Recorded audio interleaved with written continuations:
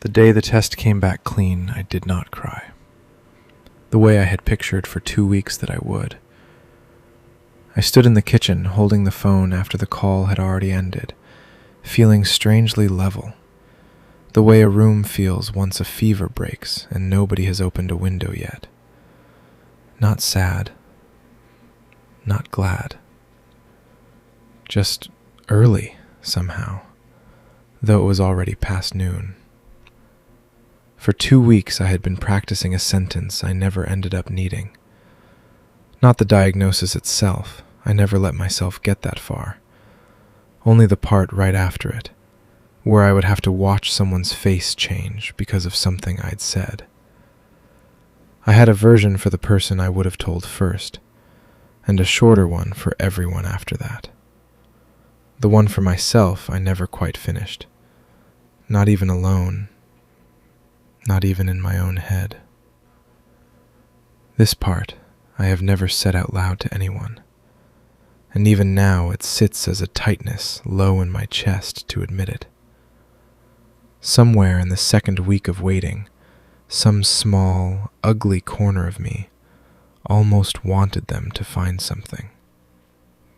Not much, I told myself at the time, or that's not quite true.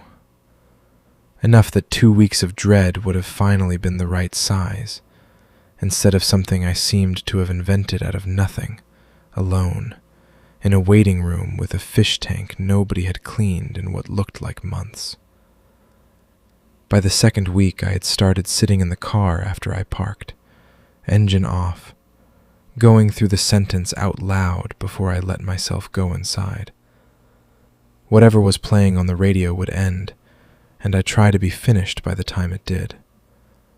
Our neighbor's sprinkler ticked against the fence the whole time, on and off, the way it always did on Tuesdays, and I don't know why I remember that so clearly, except that the small automatic things were easier to notice that week than the large ones. I would say the sentence all the way through to no one, to the steering wheel, and only then go inside and make dinner like a person with nothing waiting on a callback. Some nights, working through it in that car, I don't know anymore if I cried, or if that's a detail I've added since to make the memory kinder to me than it probably was. When did waiting rooms start feeling more honest than the rest of my life? I don't know.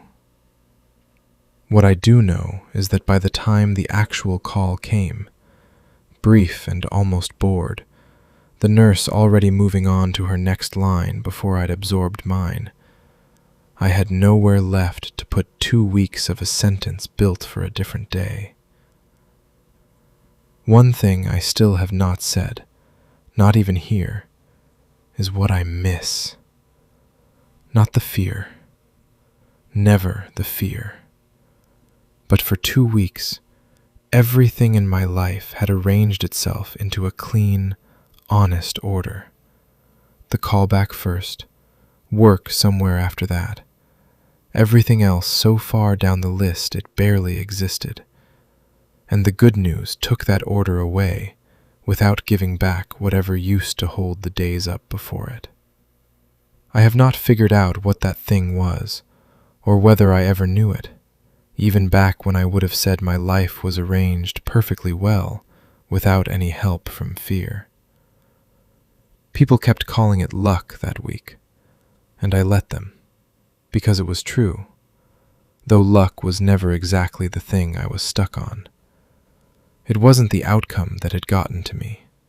It was the 2 weeks before it, the ones nobody was going to call lucky, no matter how the story ended. What I could not say to any of them was that I missed being the kind of person something might be wrong with, that for 2 weeks I had mattered to my own days in a way that, 1 week later, already felt like something I had made up. Tonight, I noticed I still leave the porch light on, a habit that started that spring and never really ended, though there is no callback coming anymore. No results. Nobody who needs to find their way up the front steps in the dark. For a minute, I stood at the window before going up, watching it do the one job it has always known how to do, whether or not anything was ever actually coming home. This time, I did not go looking for a reason. Just the moths, circling it for a while, the way they always do, before I went up to bed and left it burning behind me.